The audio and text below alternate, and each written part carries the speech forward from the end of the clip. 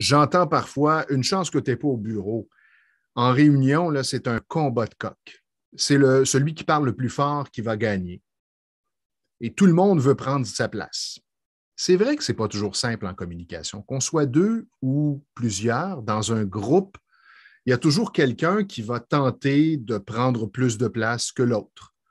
Et certains vont être un peu, je dirais, dérangés par ça et vont tenter d'interrompre pour que ça fonctionne bien. Je vous donne quelques trucs. Le premier, là, c'est ce qu'on appelle la synchronisation. C'est-à-dire que lorsque j'arrive en réunion ou en rencontre avec une personne, je me place en position d'observateur. J'observe. J'observe l'autre. Le rythme, le ton de sa voix, son vocabulaire, son énergie, son ou ses émotions. Et je me synchronise à lui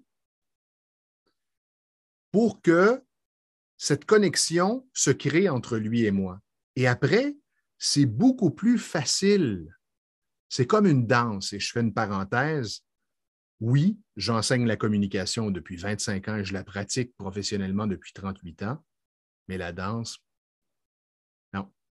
Cependant, ce que j'observe, c'est que lorsque deux personnes commencent à danser ensemble, ben, au départ, c'est un peu, il y en a un des deux où les deux sont maladroits, se marchent sur les pieds. C'est la même chose en communication. Jusqu'à ce qu'il y ait éventuellement cette synchronisation, cette connexion, et après, ça devient une belle danse, une belle complicité entre les deux. Tout est plus facile. Oui, par moment, il y en a un qui va diriger la communication, l'autre se positionne davantage comme celui qui écoute, et éventuellement, ça change. Les rôles peuvent et doivent s'interchanger.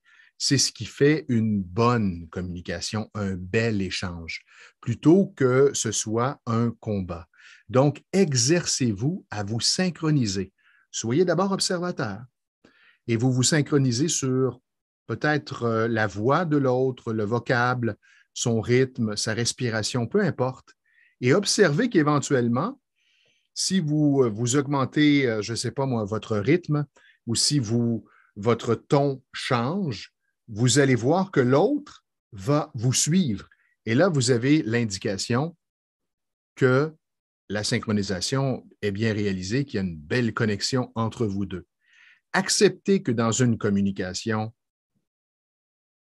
il n'y a pas juste un chef, il y en a deux. Si on est deux à communiquer, on est deux chefs, mais pas en même temps, un après l'autre.